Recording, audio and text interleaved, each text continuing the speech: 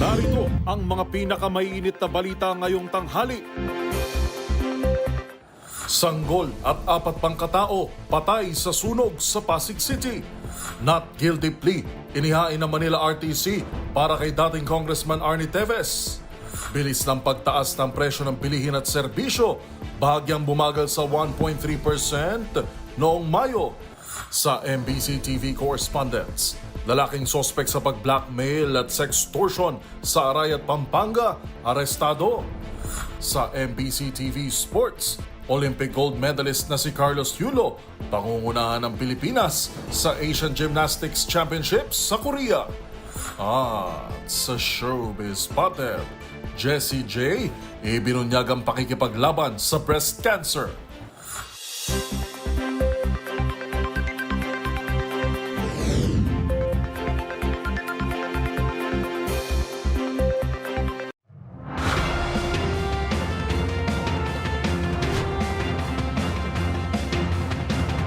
Bawat balita, makabuluhan. Bawat kwento, makapangyarihan. Boses ng Pilipino para sa Pilipino. Live mula sa MBC TV Studio. MBC TV Network News.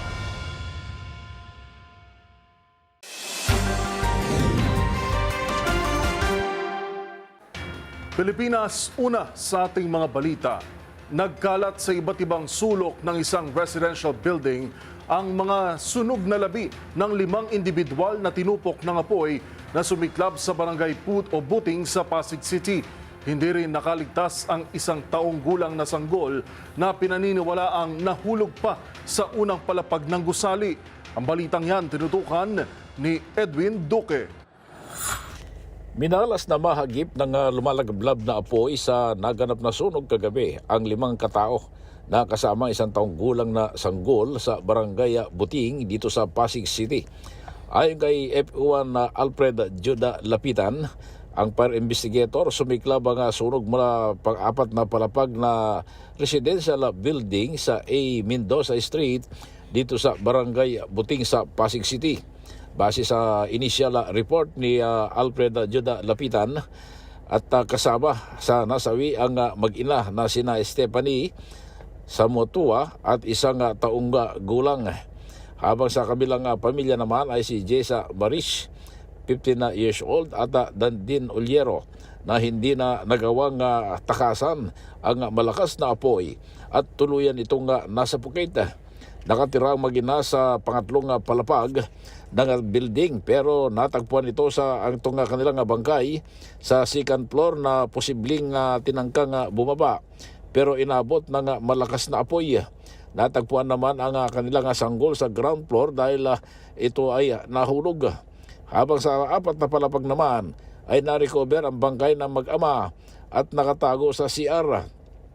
Bagamat umabot lamang sa unang alarma ang sunog na sumiklab pasado alas 10 sa kagabi, pero mabilis na kumalat dahil gawa ito sa light na materials ang flooring ng building. Sa kabuuan ay nasa 18 na pamilya o katumbas ng 52 individual ang naapektuhan ng sunog. Kasama dito ang nawalan din ng kuryente at nabasa.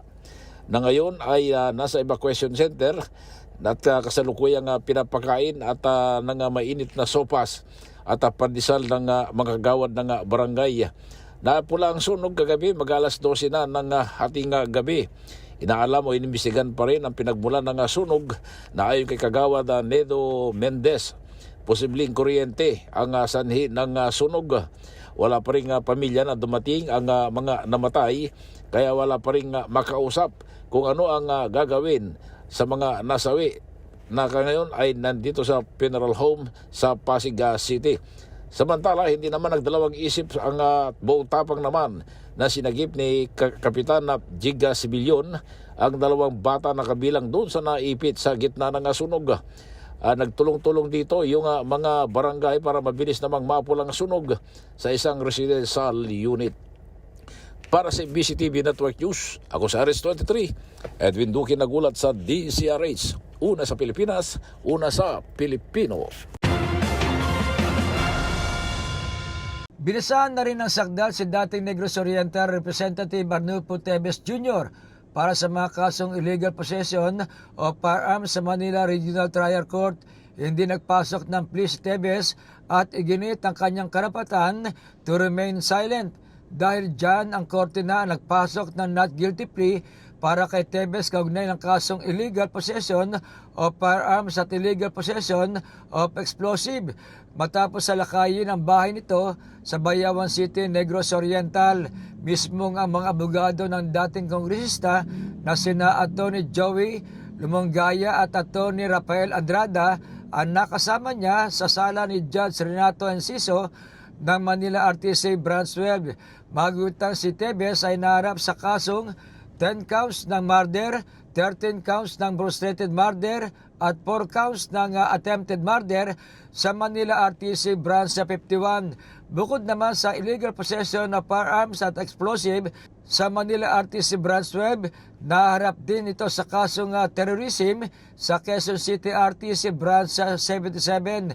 Si Teves ay inakusang mastermind sa pamamaslang kay dating Negros Oriental Governor Roel Degamo at iba pa.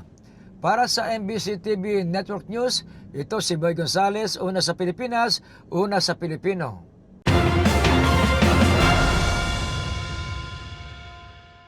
Sa iba pang balita, bahagyang bumagal sa 1.3% ang inflation rate o bilis ng pagtaas ng mga presyo ng mga produkto at serbisyo nitong Mayo.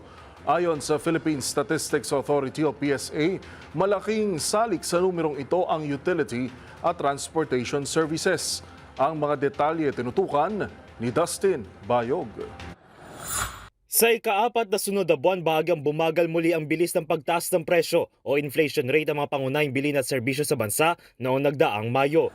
Ayon sa Philippine Statistics Authority o PSA, nakapagtala ito ng 1.3% inflation rate na bahagyang bumaba mula sa 1.4% noong Abril at mas mababa kumpara sa 3.9% sa kaparehong buwan ng karang taon. Paliwanag ni Undersecretary Dennis Mapa, ito ay bunsod ng pagbagal ng presyo sa ilang pangunahing serbisyo tulad ng pabahay, tubig, kuryente at langis na nakapagtala ng 2.3% kumpara sa 2.9% noong Abril. Ito ay sinundan ng Restaurants and Accommodation Services na may 2.0% inflation rate na sinundan naman ng transport inflation na nasa negative 2.4%. Ito raw ay dahil sa bilis na pagbaba ng presyo sa pamasahe sa barko at pagbaba ng singil sa langis at diesel. Sa kabilang banda, nakaambag naman sa kabuang inflation rate ang pagtaas ng presyo ng ilang bilhin at serbisyo, partikular ang karne ng baboy, bayad sa upa, mga pelagic fish at iba pang karne. Mula Enero ngayong taon, kinakitaan ng bansa ng patuloy na pagbagal ng inflation rate na nagsimula sa 2.9%. Samantala, ito na rin ang pinakamababang naitala na inflation rate simula noong Nobyembre ng 2019 kung saan na-record ang 1.2%. Para sa MBC TV Network News, ito si Dustin Bayog ng DZRH TV. Una sa Pilipinas, una sa Pilipino.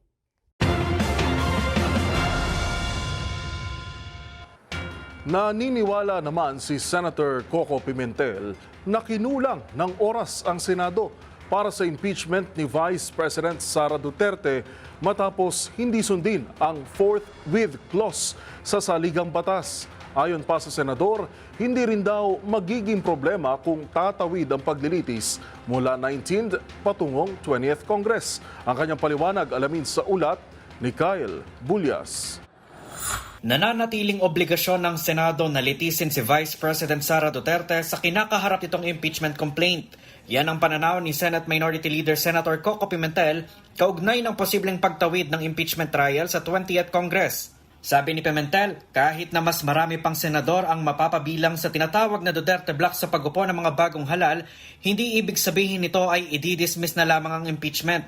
Paliwanag nito, isang paraan ng impeachment trial para makabuo ng desisyon ng mga hukom kung ia-acquit ba ang Vice Presidente o patatalsikin na sa pwesto. Hindi naman sinabi doon, trial by the Senate shall forthwith proceed and a guilty verdict must follow. Wala doon eh. Hindi kailangan guilty. Pwedeng not guilty. Napo. So, ang pag-decide ng guilty at pag-decide ng not guilty ay hindi unconstitutional. Pero what is unconstitutional is kung hindi ka mag-trial. Tinukoy ni Pimentel ang nakasaad sa Article 11 ng 1987 Constitution na trial by the Senate shall forthwith proceed. Ito rin ani ang ginamit na argumento ni Pimentel sa ibinabatong technical issue ni Senate President Cheese Escudero na hindi sila maaaring mag-convene dahil sila ay nakareses. Ayon kay Pimentel, walang nakasaad sa konstitusyon na kailangang nakasesyon bilang legislative body ang Senado para mag-convene bilang isang impeachment court. Hindi naman sinabi ng konstitusyon na kailangan nakasession ka as a legislative body kasi Article 6 yun eh. Ang Senate being an impeachment court nandoon naman sa Article 11 ng Constitution. So kausap tayo ng Constitution sa Article 11, usap ang Senado bilang court. Hindi bilang isang legislative body. Hindi bilang isang legislative body. Naniniwala rin si Pimentel na wala ring problema kung sisimulan ang paglilitis sa 19th Congress at tatawid ito sa 20th Congress dahil kung titignan aniya sa court system ng Pilipinas, nagpapatuloy pa rin ang kaso kahit magpalit na ng judge. Matatandang itinakda nitong June 2 ang pag-convene ng Senado pero ipinagpaliban nito ni Escudero at inilipat sa June 11 dahil kailangan aniyang unahin ng Senado ang pagpasa ng ilang mga mahalagang batas bago mag-adjourn ng Senado sa June 14. Para sa MBC TV Network News, ito si Kyle Bulyas ng DZRH. Una sa Pilipinas, una sa Pilipino. Inamin ni Senator Ronald Bato de la Rosa na galing sa kanya ang kopya ng draft resolution na naglalayong ibasura ang impeachment case laban kay Vice President Sara Duterte. Kasunod ito ng pagkalat ng kopya na nasabing resolusyon kung saan inamin ni na Senate President Pro Tempore Jinggoy Estrada at Senator Amy Marcos na nakita nila ang kopya nito pero ang ibang senador ay walang alam. Ayon kay De La Rosa, 3 draft resolution ang nakita niyang pinaiikot sa Senado pero sa kanya ang orihinal at plano niyang ihain ang resolusyon ngayong linggo. Sa ilalim na nasabing draft, ibabasura ang impeachment case nang hindi na kinakailangan dumaan pa sa paglilitis.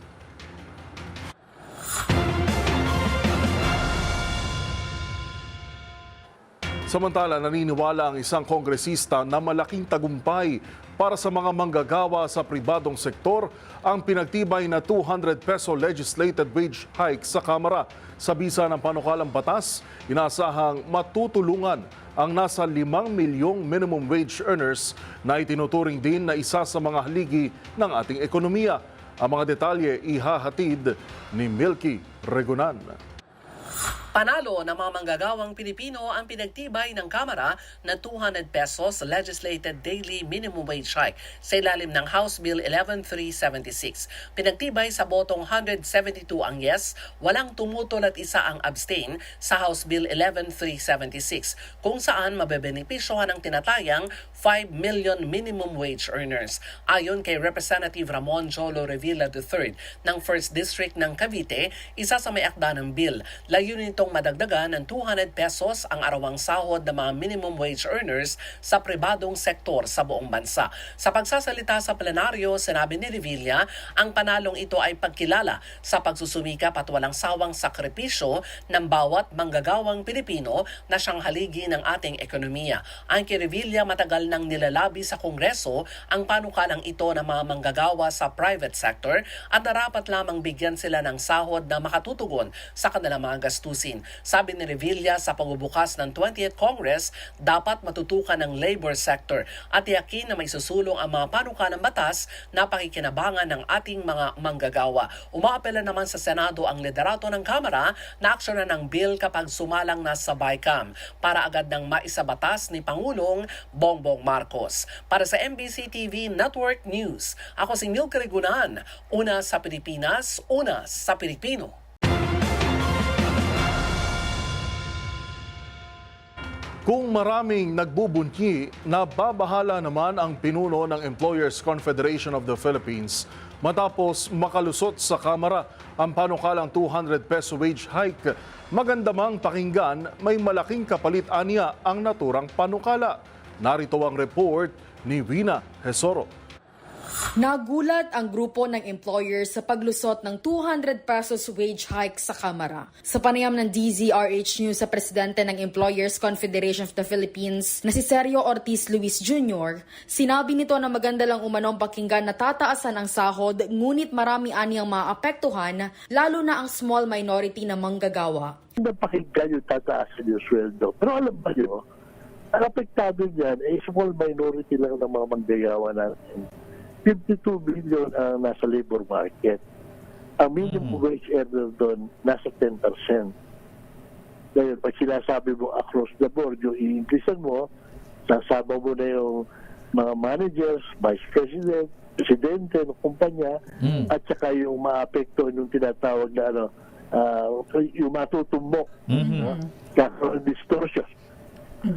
Hindi abutin ng 16% apektado. At kung ito 22 billion, only 10 to 16% will benefit. Pero yung 84 to 90% will suffer. Ayon kay Ortiz, inflation sa bansa ang pinakaproblema sa ngayon na kinakailangan umanong solusyonan. Sinasabing enough.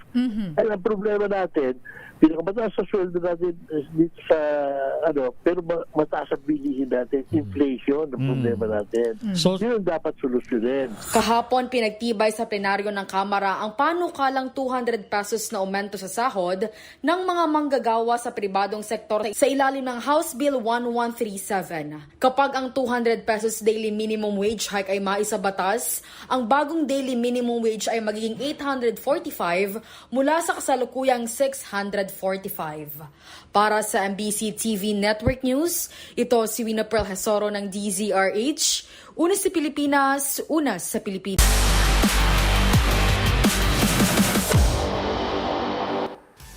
Sa mundo ng gymnastics, the Golden Boy is back. Matapos ang 10 buwan, balik aksyon na si Olympic double gold medalist Carlos Yulo sa kompetisyon para pangunahan ng Team Philippines sa Asian Gymnastics Championship sa South Korea. Ang mga dapat nating abangan sa report na ito. Matapos ang kanyang mahabang pagpapahinga mula sa kanyang double Olympic gold win, muling sasabak sa kompetisyon si Carlos Yulo sa 2025 Asian Artistic Gymnastics Championships na gaganapin sa Jecheon, South Korea mula June 5 hanggang 8. Ito ang kauna-unahang formal na kompetisyon ni Yulo sa halos 10 buwan mula nang makuha niya ang 2 gintong medalya sa 2024 Paris Olympics, ang unang Olympic Gymnastics Championship para sa Pilipinas at pangalawa at ikatlong Olympic gold sa kasaysayan ng bansa. Kasama ni Yulo sa senior men's team sina John Romeo Santillan, Justin Ace De Leon, Juancho Miguel Bisana at John Ivan Cruz. Dumating na sa South Korea ang Philippine delegation noong June 2 at sasabak sa team at all-around finals simula ngayong araw ng Huwebes mula 9 a.m. hanggang 8 p.m. na agad susundan ng awarding ceremony. Pansamantalang magpapahinga ang seniors sa Biyernes, June 6, habang sasabak naman sa juniors division sina Eldro Yulo, ang nakababatang kapatid ni Carlos, at Evan Thomas Aliwalas para sa all-around finals at apparatus qualifications. Kapag nakapasok sa apparatus finals ang Team Philippines, sasali sila sa mga laban sa pommel horse, steel rings at floor exercise, ang pinakapinaghaharian ni Yulo sa Sabado, June 7 mula 3 p.m. hanggang 5:25 p.m. Magpapatuloy naman ang laban ni Eldro at Aliwalas sa umaga ng Linggo, June 8 mula 9 a.m. kung makakapasok ang lahat ng 6 na aparatus finals. Habang babalik sa aksyon sina Carlos at ang seniors pagkatapos ng tanghalian para sa parallel bars, high bar at vault. Ang vault ay isa sa mga inangkin na event ni Yulo sa Olympics. Ang Asian Championships ay qualifying event para sa 2025 World Artistic Gymnastics Championship na gaganapin sa Jakarta, Indonesia sa October 19 hanggang 25. Matapos nito, inaasahan namang sasabak si Yulo sa event sa 33rd Southeast Asian Games sa Thailand sa Disyembre.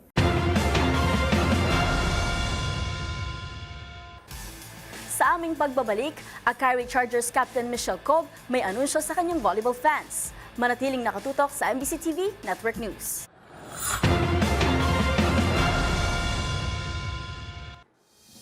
Narito pa ang mga balitang dapat ninyong abangan. Pamosong Mount Kamuning Footbridge, pinagigiba ni Pangulong Bongbong Marcos. Sa MBC TV Global, US President Donald Trump at Chinese President Xi Jinping magpupulong ngayong linggo. At sa Showbiz Spotted, ang pasilip sa bayanihan at talentong Pilipino sa Come From Away Manila musical play. Lahat ng yan sa pagbabalik ng MBC TV Network News.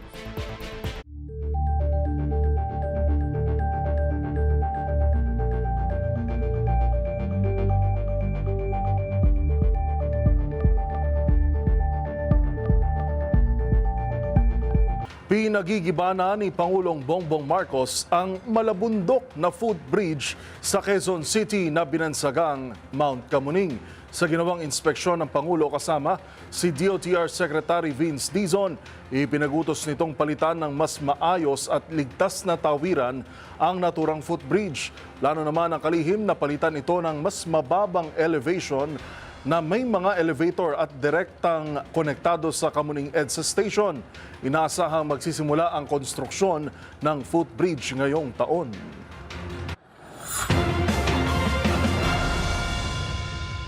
Arestado naman ang isang Chinese national dahil sa pagbebenta ng mga hinihinalang smuggled agricultural products. Ayon sa NBI, kinilala ang suspect na si Chen Muzun na inaresto sa entrapment operations ng NBI Batangas. Bigo umano si Chen na magpakita ng kaukulang permit at license ng pagbentahan ang undercover agents ng NBI. Nasamsam ang aabot sa 199 na sako ng sibuyas at 5 sako ng bawang na may label na imported mula sa China. Mahaharap si Chen sa kasong paglabag sa Anti-Agricultural Sabotage Act of 2024.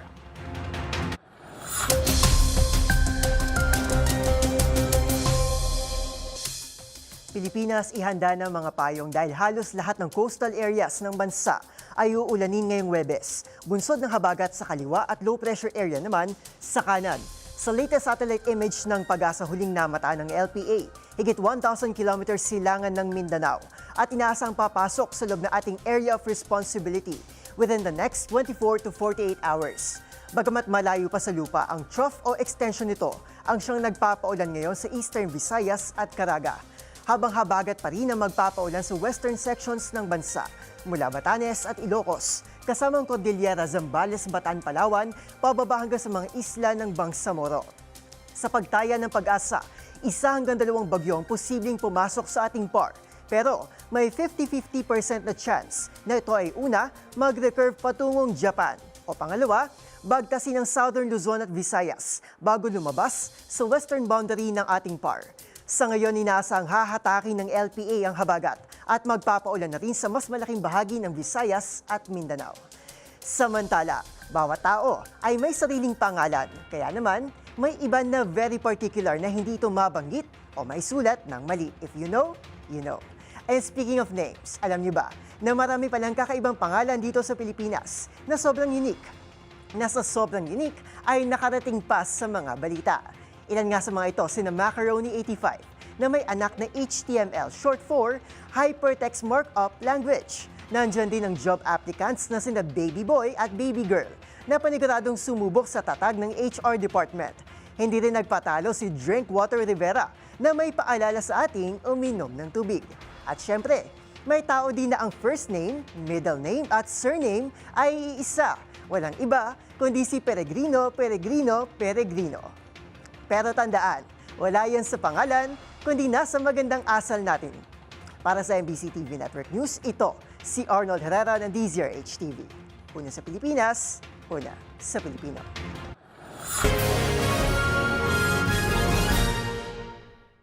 Inaasahang magkikita sina US President Donald Trump at Chinese President Xi Jinping para pag-usapan ang nagpapatuloy na global trade war ayon sa White House. Habang isang magkasintahan naman ang pinahahagupit ng korte bilang parusa matapos mahuling nagtatalik ng hindi pa kasal. Ang mga balita mula sa ibayong dagat tinutukan sa Global Headlines Report ni James Galange.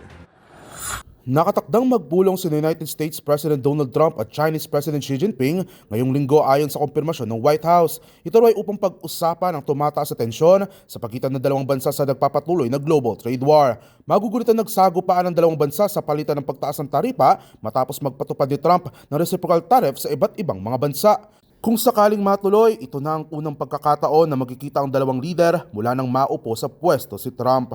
Samantala, isang magkasintahan naman mula Aceh, Indonesia ang hinatulan ng korte na hagupitin na aabot sa 100 beses sa harap mismo ng publiko matapos mahuling nagtatalik ng hindi pa kasal. Labag kasi ito sa pinapatupad na bersyon ng kanilang Sharia law o ang Islamic Legal Code kung saan pinaghampas umano ng mga otoridad ang mga akusado gamit ang isang rattan stick.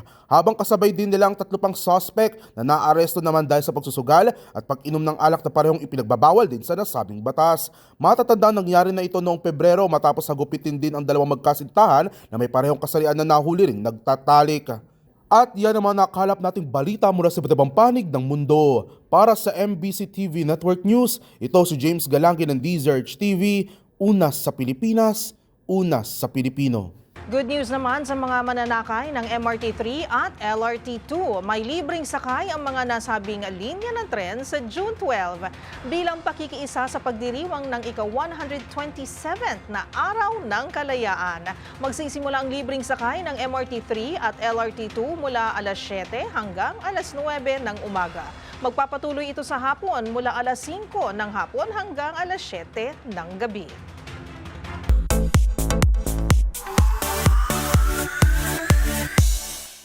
Kwento ng bayanihan, pagtutulungan at pagmamahal na tiyak relate ang mga Pinoy. Yan ang ilan sa mga dapat abangan bukas sa unang araw ng showing ng Filipino adaptation ng multi-award-winning musical na Come From Away. Ang ilang Pinoy cast, ibinahagi rin kung bakit naging malapit sa kanilang puso ang kwento ng play na pagpapakita rin nila ng pagiging isang Pilipino. Ang buong detalye sa Showbiz Report ni Rovic Manuel. Welcome to The Rock. Every single flight off the work at the airport. Welcome to the pot. Welcome to the trees, to the ocean and the sky and whatever's in between. Turn on what's on left. I am here. Down there, checking the hospitals, putting up signs. We saw it instead. I am here. At prayer.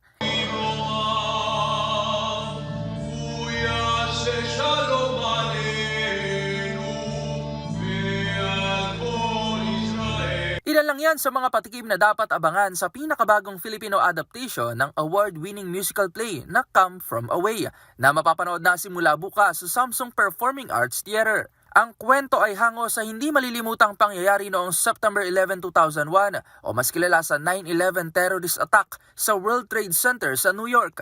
Dito ipakikita kung paanong tinulungan at binuksan ng mga residente sa Gander, Newfoundland sa Canada ang kanilang mga pinto sa nasa 7,000 airline passengers na na-stranded na tinawag nilang mga Come From Away. Ayon sa ilang cast ng musical play, naging malapit sa kanilang mga puso ang kwento nito dahil sa pagpapakita ng malasakit, bayanihan at hospitality na likas din sa ating mga Pilipino. For us, I believe we have the values of malasakit, compassion, we have bayanihan, which you will see as well in the show. There are so many numbers where you see everybody band together. We have that within us as Filipinos, so I feel like we really connected with that in all those numbers. It reminds you of exactly the Filipino heart, our generosity, our love, and we just want to share that with everybody. Ibinahagi naman ni Sheila Francisco na gaganap bilang si Beulah ang naramdaman sa role na ibinigay sa kanya at inihalin tulad ng karanasan ng bansa noong bagyong Ondoy at pandemya sa kwento ng play. I felt that I was meant to play it. When I first saw it in 2018, I already said to myself, I want to play Beulah. I am reminded of what happened to us in Ondoy. Do you remember that? It was a tragedy, but people stepped up. People stepped up. The Ganderites, they stepped up. We Filipinos, we stepped up during the pandemic, and that's why it really is so close to everyone's heart. Ayun. Ang grupo tinaguri ang Avengers of the Philippine Theater dahil sa kanilang husay sa pagsabak sa multiple roles na inamin naman nilang hindi ito biro o madali. Being able to play multiple characters in one show. But this is the most difficult because we literally change characters and accents within the scene. Not just going off stage, putting on a new costume, a new wig, and then entering as a different character. It's really, really difficult, and we really have to practice and be precise when we do that. Bukod naman sa pagkukwento, isa rin umanong ipinakikita ng musical play ang husay ng mga mandudulang Pilipino at maipakilala palalo ang industriya ng teatro sa bansa. Maraming tao nanonood sa labas na hindi pa nila alam kung ano yung theater. Hindi nila alam yung musical theater. Hindi nila alam yung, kakanta tapos sasayaw, kakanta, aarte. Hindi ba nila alam yung mga ganito minsan? And this is a perfect way to be able to showcase our craft or the thing that we love the most to the Filipinos. Samantala, ilan pa sa Filipino cast na bibida sa Come From Away ay sina Garrett Bolden, Kaisa Borromeo, Mencho Yulo at Topper Fabregas. Mapapanood naman ang award-winning play simula bukas, June 6 hanggang 29 sa Samsung Performing Arts Theater sa Makati City. Para sa MBC TV Network News, ito si Rovic Manuel ng DZRH TV. Una sa Pilipinas, una sa Pilipino.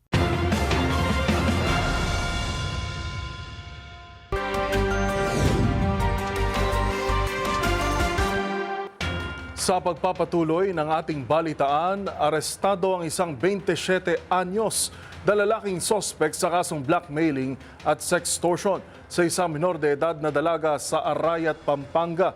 Git naman ng biktima, hindi niya raw kilala ang sospek. Yan at iba pang rumarapidong balita mula sa probinsya, hatid ng iba't ibang istasyon sa ilalim ng MBC Media Group. Balita mula sa Central Luzon.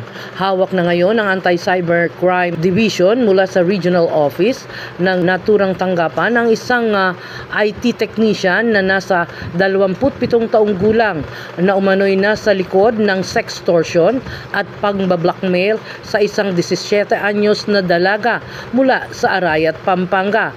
Ayon kay Police Colonel Artemio Ricabo, Chief ng Regional Anti-Cyber Crime Unit ng Region 3, ikinasa kagabi ang naturang operasyon matapos na magsumbong si alias Josa na nasa isang motel at dito nga ay nagkaroon ng matinding operasyon. Ayon kay Ricabo, tinatakot ang biktima ng suspek na ipapakalat ang mga hubad na mga retrato nito at kung hindi ito makikipagkita.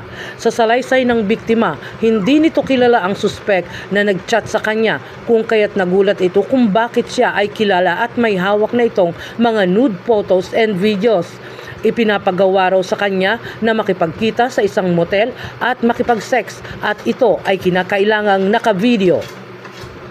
Sa tindi ng takot at hindi nito masikmura ang ipinapagawa, agad na nagsumbong ito sa otoridad. Kaya naman ikinasa ang isang entrapment operation.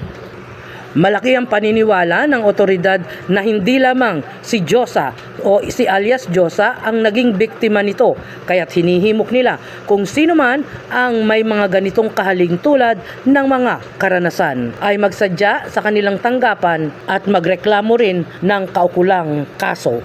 Para sa MBC TV Network News, ito si RH25, Grace Vera Sansano, una sa Pilipinas, una sa Pilipino. Balita mula sa Davao City. Sinalakay ng Land Transportation Office o LTO katuwang ang iba't ibang law enforcement agencies ang auto surplus shops sa lungsod ng Davao kahapon Hunyo 4, 2025 dahil sa illegal na pag-import at pag-convert ng mga right-hand drives na sasakyan. Kinilala ni LTO Chief Assistant Secretary Vigor Mendoza II ang mga nireid na establishmento ang GP Malik Trucks and Equipment Corporation, Mahar Motor Surplus Corporation at Omar Japan OPC na pawang nakabase sa Davao City. Ayon kay Mendoza, bahagi ang operasyon ng pinalawak ng kampanya ng LTO laban sa mga iligal na aktibidad sa sektor ng transportasyon, partikular na sa conversion ng imported vehicles. Batay sa paunang investigasyon ng LTO, lumabas na ang tatlong shops ay walang accreditation mula sa ahensya bilang importer, rebelder o dealer ng mga right-hand drive vehicles. Isang malinaw na paglabag sa mga umiiral na regulasyon. Sa isinagawang raid, nakumpiska ng otoridad ang 42 na right-hand drive vehicles mula sa Omar Japan OPC, isang unit mula sa Mahar Motor Surplus Corporation at dalawang right-hand drive trucks mula sa JP Malik Trucks and Equipment Corporation. Dahil dito, naharap ang tatlong auto shops sa baga posibleng kaso kriminal kaugnay sa paglabag sa Republic Act 8506 ayon kay Mendoza. Para sa MBC TV Network News, ito si June Suter, una sa Pilipinas, una sa Pilipino. Balita mula sa lalawigan ng Benguet, sasampa ng kasong paglabag sa Republic Act 9165 o Comprehensive Dangerous Drugs Act of 2002 ang tatlong natukoy na persons of interest na nagabad na sa isang Toyota Fortuner na may kargang 30 piraso ng tubular dried marijuana leaves na Upper Wangan, La Trinidad, Benguet. Ayon kay Lieutenant Colonel Zacarias Dausen, hepe ng La Trinidad Municipal Police Station, nakatanggap sila ng impormasyon mula sa Kapanga na Tuble Municipal Police Station na may isang puting Toyota Fortuner na magtutungo sa La Trinidad, Benguet na may kargang kontrabando. Ang naturang sasakyan ay nakalusot sa police checkpoint sa Kapanga na Tublay, Benguet. Kaagad na naglagay ng police checkpoint ang La Trinidad Municipal Police Station sa Kilometer 6 sa La Trinidad, Benguet, at nang dumating sakyan ay pinara nila ito, subalit nilampasan ang checkpoint kaya ito hinabol ng mobile patrol hanggang sa nadatnan nila itong naabandona sa kalsada sa Upper Wangan, La Trinidad at wala ng mga suspect. Sa follow-up investigation ng pulisya, nabatid ng nagmamayari ng sakyan ay isang Alnera Dilema mula sa Bulacan. Dumating kaya Makalawa ang may-ari ng sakyan at ipinawaya sa pulis. Nabuksan ito at doon tumba ng 30 piraso ng tubular dried marijuana na nagkakalaga ng 3.6 million pesos. Sinabi ni Dilema na nirenta umano ng mga suspect ang kanyang sasakyan. Para sa NBC TV Network News, ito si Romy Gonzalez, una sa Pilipinas, una sa Pilipino. Nasa kustodiya ngayon ng Tayug Police Station ng 32 anyos na lalaki na high-value target at listed as Target Intelligence Packet o TIP. May live-in partner at residente ng Barangay Agno, Tayug, Pangasinan. Matapos itong arestuhin ng mga kumpiska sa kanyang tahanan ng mga drug paraphernalias at mga bukas ng plastic sachet na may latak-latak pa ng shabu at 2 bala ng baril. Sa ulat ni Tayug si Chief of Police Lieutenant Clarence Cabukos, nagsilbi sila ng search warrant na pinalabas ng Branch 52 RTC Tayug sa bahay ng suspect kada 6:50 ng umaga kasama nilang ilang barangay official sa lugar nang halugugin ang bahay ng suspect at dito na kumpiska ang mga kontrabando at cash money na higit 64,000 pesos na pinalalagay na kinita ng suspect sa illegal niyang gawain. Kasong paglabag sa Republic Act 9165 o the Comprehensive Dangerous Drug Act of 2002 at Republic Act 10591 Comprehensive Firearms and Ammunition Regulation Act ang inihahandang asunto laban dito. Para sa NBC TV Network News, ito si Freddy Pajardo, Aris 38, una sa Pilipinas, una sa Pilipino. Isang retiradong miyembro ng Armed Forces of the Philippines ang nagsurrender ng kanyang arma sa otoridad sa Calbayog City sa Samar. Sa kasalukuyan ay patuloy ang kampanya ng PNP laban sa mga hindi rehistrado expired ng lisensya ng baril. Sa report ng Calbayog PNP sa ilalim ng Oplan Kato, isang individual na si alias Edgardo, isang retiradong miyembro ng AFP, ang nagsurrender ng kanyang armas na pag-alamang matagal ng expired ang lisensya ng kanyang baril mula pa noong December 2000. Alinsunod naman sa paragraph 4 ng Section 19 ng Republic Act 10591 o Comprehensive Firearms and Ammunition Regulation Act, voluntaryong isinuko ng nasabing dating miyembro ng AFP ang kanyang baril bilang pagtugon sa panawagan ng pamahalaan sa pagsasaayos ng mga dokumento ng mga armas sa pag-aari ng mga sibilyan. Ang isinukong baril ay naideposito na at kasalukuyang nasa kustudiya ng istasyon ng pulisya para sa ligtas na pag-iingat habang inaantay pa ang kaukulang proseso. Patuloy naman ang paalala ng PNP sa lahat ng may hawak na baril o mga gun owners na tiyakin ang pagiging legal at aktibo ng kanilang lisensya upang maiwasan ang penalidad. Mula sa NBC Network News, Arts 34 Jane Galit Bantayan, una sa Pilipinas, una sa Pilipino. Isa ang tseke sa paraan ng paglabas ng pera na itinuturing na ligtas lalo na kung malaki ang halaga ang nilalaman nito. Dapat ding tandaan na nag-i-issue nito na dapat ay may sapat na halaga ang bank account para sa ilalagay na halaga sa tseke. Ito'y upang maiwasan ang pagtalbog ng tseke na isang paglabag sa batas. Ano nga ba ang bouncing check at ang maaaring kaparusahan dito? Alamin sa report ni Dustin Bayog. Para sa mga madalas mag-deposit o mag-buy cash ng mga tseke, naranasan nyo na bang ibalik sa inyo ito ng bangko? Marahil dahil sa kakulangan ng pondo sa account o sarado na ang account kung saan konektadong ibinigay na tseke o hindi naman ay may inisyong stop payment order. Ang ganitong sitwasyon ay tinatawag na bouncing check kung saan hindi pinaproseso ng bangko ang isang tseke kung ang account na konektado rito ay kulang sa pondo o hindi naman ay close na ang account. At upang maiwasang gamitin itong panloko sa mga individual, ay maaaring mapanagot ang taong nag-issue ng bouncing check. Ayon sa Batas Pambansa bilang 22, maaaring maharap ang sinumang nag-issue at nakapirma sa nag-bounce na cheque sa kulong ng 30 araw hanggang 1 taon at multa sa twice amount ng nakalagay sa cheque, ngunit hindi lalagpas ang 200,000 pesos. Maaari ring ipatawan 2 kaparusahan na nakadepende sa magiging desisyon ng korte. Kaya kung mayroon pa kayo nakitang ipinagbabawal na akto o mayroon kayong reklamo, itag nyo kami sa DZRH. Hoy, bawal yan!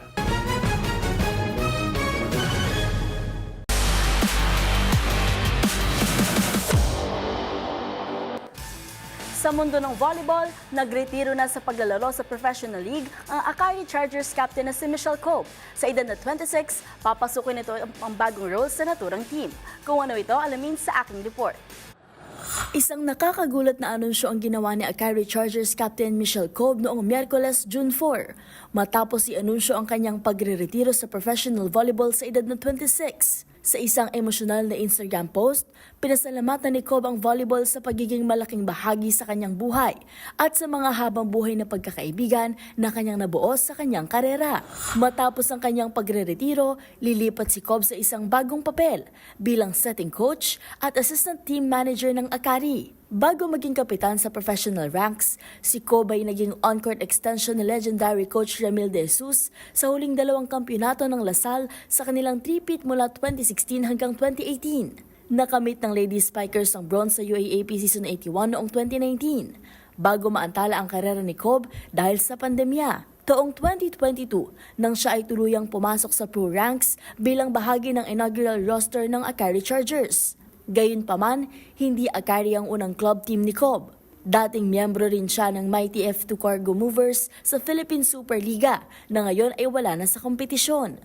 Bilang kapitan ng Akari, naging instrumental si Cobe sa pag-akyat ng team sa kanilang kauna-unahang PVL Finals appearance at silver medal sa 2024 PVL Reinforced Conference, kung saan sila ay tinalo ng Creamline Cool Smashers sa knockout gold medal match. Sa kanyang huling season bilang player, tumulong din si Cobe na makapasok ang Akari sa podium ng All-Filipino Conference 2024 to 2025 matapos magsimula sa ikapitong pwesto at magtapos sa bronze medal position.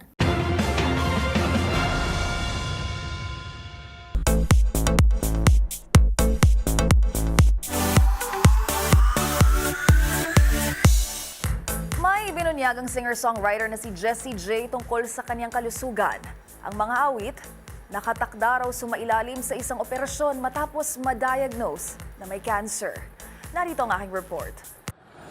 Na-diagnose na may early breast cancer ang English singer-songwriter na si Jessie J. Ito ang ibinunyag ng price tag hitmaker sa pamamagitan ng isang Instagram video. Before No Secrets came out, I was diagnosed with early breast cancer. I'm highlighting the word early. Cancer sucks in any form, but I'm holding on to the word early. Ang nabanggit nitong No Secrets ay ang inilabas niyang single noong Abril. Nitong mga nakalipas na buwan ay sumailalim na raw sa ilang pagsusuri ang mga awit. Para kay Jessie, malaking tulong niya ang natatanggap na suporta mula sa fans, kung kaya't nagpasya na rin itong ibahagi sa publiko ang pakikipaglaban sa naturang karamdaman. I also know how much sharing in the past has helped me with other people, giving me their love and support and also their own stories. I'm an open book. It breaks my heart that so many people are going through so much. Sa huli, nagpaalam ang singer na pansamantalang magpapahinga para sumailalim sa isang operasyon. I am going to disappear for a bit after Summertime Ball to have my surgery. And I will come back with massive tits and more music. Bumuhos naman ng love and well wishes mula sa mga kapwa niya artist, gaya nila Katy Perry, Leona Lewis at Rita Ora. Kung matatandaan, noong nakaraang taon, ibinunyag din ni Jessie J na nagpasikat ng mga kantang Domino, Flashlight at Bang Bang na na-diagnose siyang may Obsessive Compulsive Disorder o OCD at Attention Deficit Hyperactivity Disorder o ADHD.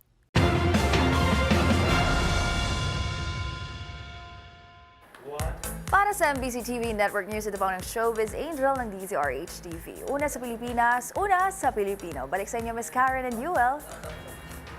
Maraming salamat, Lady in Red, Showbiz Angel. At iyan po ang mga nakalap naming balita ngayong araw ng Huwebes. Ito si Yuel Reyes. At ako naman po si Karen Oyong. Magkita-kita tayong muli bukas, araw ng Biyernes, para sa mga balitang makabuluhan, mga kwentong makapangyarihan. Hatid ang boses ng Pilipino para sa Pilipino.